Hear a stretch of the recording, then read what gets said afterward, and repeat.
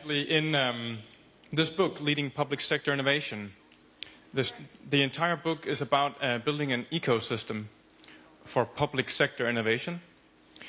And so the answer to Will's question is simply to go to Amazon, type in the name of the book, and download it, read it, and then you've got it. I'd like to ask, how many of you work in government? How many of you work in the private sector? And how many of you work in non-governmental organizations? Okay. So this room really has a mix of what we say often that we do need to drive, well, societal or what I call public sector innovation, namely a mix of competencies and skills across sectors.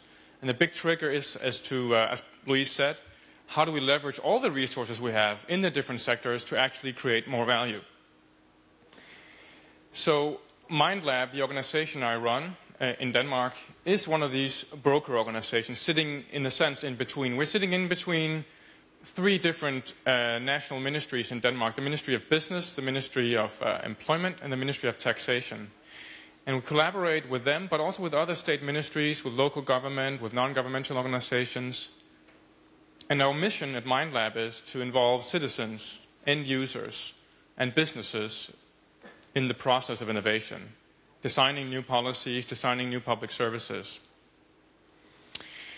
And to me, if I think about the value system that is underpinning that, it is something that I think has to be core of what we think about when we talk about public managers and the public sector, which is a fundamental question of, couldn't we do this better tomorrow than we're doing it today?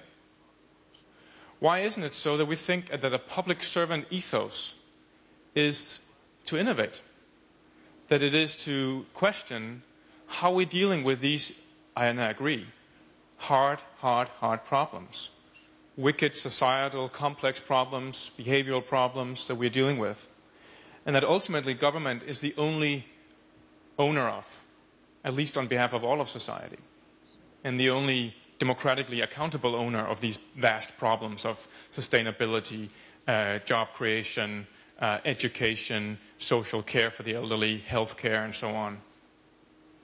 If government is the ultimate owner of these challenges and problems, why don't we spend more of our energies on innovation and a little bit less on writing very, very long evaluation reports about what happened in the past that at the end of the day anyway arrived too late to have any kind of practical impact on policy?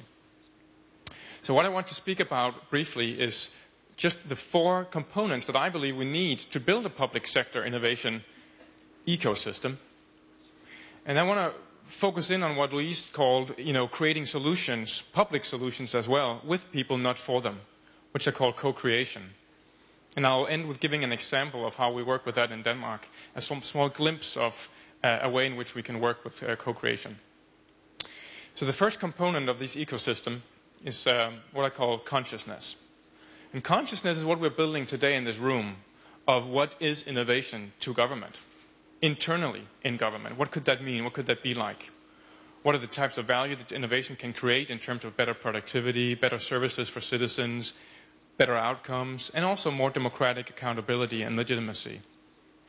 So we need consciousness of the language of innovation if we're going to practice it professionally, strategically, systematically. That goes without saying. Any profession needs a language. So does innovation, also in government. Secondly, the second component of this innovation ecosystem is what I call capacity. Capacity is about skills. It's about who do we recruit to government, what kind of diversity in terms of gender, in terms of ethnic background, age, professional background do we have.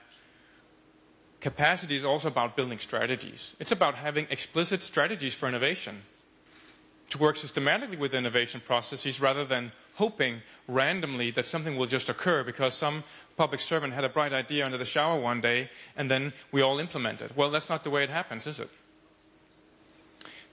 Thirdly, and I'll come back to this, but we need to co-create. The process of innovation needs to be a process not of experts thinking behind the desk how we should do things and then deliver stuff to people as if we're a factory. We should create and discover solutions together with the people concerned, those that are at the receiving end of public services. And I think to some extent the problem is because we've in government have lived with these grand, difficult societal challenges for so long. Unemployment, for example, that we've become blind to them. We become so blind we just see the problem in the same way. But as you all know in this room, innovation starts with the disruptive question of seeing the problem in a different light, of gaining insight about what is the problem even about. And that's where we have to go and discover for ourselves, among people, in their lives, in businesses, practices, what are they actually doing? How might we make a difference to them? What's the nature of the problem itself? That's what co-creation is, to some extent, certainly, I think, about. The fourth and final component of the public sector innovation ecosystem, guess what? It's a fourth C. It's courage. And courage is about leadership. Something that it's sometimes very difficult to find, not just at the political level, but certainly also among us bureaucrats in government. But we need leadership, and we need at least a degree of the willingness to take risk. We need passion, we need vision, and we need that also among the level that is not politically elected, but the level that is going to work every single day, hopefully, to make a difference to people.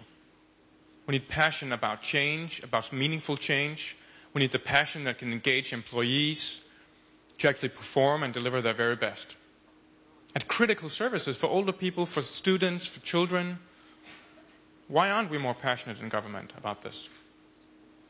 So, let me just round off by giving you a short story about co-creation. In Denmark, we have the challenge of attracting highly qualified labor to a very small country, Northern Europe, terrible weather, even, ice-cold summers, very warm winters that's just raining, you can't even use the winter for anything, you can't even go skiing. Why would anyone with qualifications go to work in our country? We have a lot of reports about that. Actually, we did some research. We have like a pile of reports this high about how many people are not coming, why they're not coming, blah, blah, blah, blah, blah. Wonderful quantitative data about all of this stuff.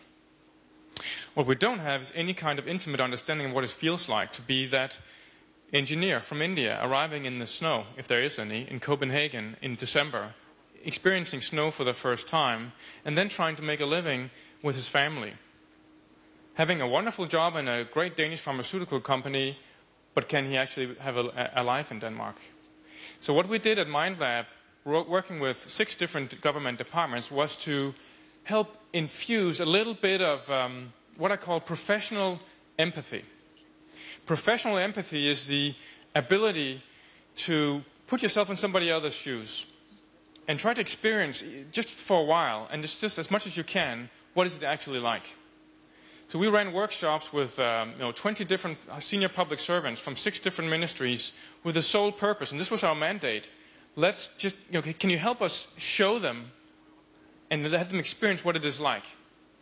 So if the technique and the technology should work in a beautiful place like this, I'll now share with you 40 seconds of the life of Sardath, who is an engineer who's trying to make a living in Denmark, and we've used this clip for working with public servants to understand better, to create policies that will make it more attractive for him and his family to stay in our country.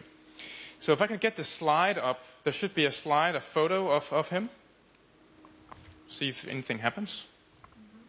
And then if we could run the sound, 40 seconds, and just listen. This is an interview we did in his own home, in his context, ethnographic research, in his context of just a very short clip from his story, from his life of living in Denmark. Check this out. Raising a small kid in a different country, in a different culture, that is what I would say is a big challenge. As an example, when my second kid was born, and we would like to choose the name that is best fit for what we like, but I could not give the name of my child the name that I wanted. I need to choose the name from the list. That was a big surprise. I wanted to call him Zuhair, but that name was not in the list at that time. I ended up with choosing him Zidane. We want him to stay in our country, but we won't let him give his child the name that he wants. We have a list of approved names in Denmark. Hans, Niels, Christian even is an approved name, but not an Indian name, or not any Indian name. I wonder what that makes him feel like. You could hear him saying, that was a big surprise. And actually, it turns out that in Denmark, you can actually have an exemption from the list if you go to the Danish church. How would he think about going to the Danish church to have, get that name, right? So the challenge is, and this is just one small fraction of interviews with him and with a number of other people, Canadian students, a Chinese biologist, and so on, coming to Denmark, trying to get a job, but also having a life. And the policy challenge that we suddenly had 16 people from Foreign Affairs, Ministry of Business, Ministry of Taxation, Ministry of Employment, Ministry of Finance discussing was, this can't be right, this is crazy. I mean, how are we treating people? And this goes also for schools, this goes for, job opportunities for the spouse and whatever. Professional empathy is a trigger of co-creation of new solutions because you become curious about how could we change things to make this different. And the group reported to us afterwards, just running one workshop in this research, that now they finally had a common agenda. They were no longer just battling across the different silos of government, employment ministry, battling against the idiots from the business ministry. No, they actually wanted to change this together. So one of there are no magic bullets. We'll never entirely make it 100% attractive to go to Denmark to work and live. We will never eliminate unemployment probably, or poverty, or social exclusion, unfortunately, but we can try to make it better. And the beginning of trying to make it better is to try to really see what is the problem, and what does it look like, what does it feel like for those that are living it. And then you can start ideation, prototyping, design-led methods, and all this kind of stuff to create and involve, for example, this engineer in the workshops and in the process of creating the solutions. So there's no magic bullet, as Will was pointing out. I totally agree. But we can try with different ways. If you want different results, we've got to try in different ways. We need different processes. We need to build an innovation ecosystem. And God knows that Europe, European countries, but also the rest of the world right now needs it. Thank you.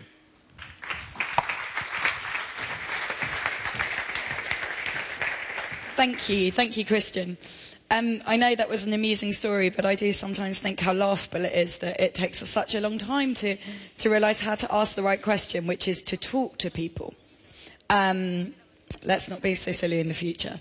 Now, quite often asking the right question means that at first it seems like you've got a bit of a crazy answer. And Jim Data, an expert in futurology, once said, for any prediction to come true, it must at first sound ridiculous. On that note, I'd like to introduce Gorka. So Gorka leads the international work at the Basque Centre for Social Innovation and Entrepreneurship in Bilbao. And Gorka is particularly focusing on his work on leading the international development of One Huriko, which is a new approach to transport in cities. So Gorka, please come and tell us about your story.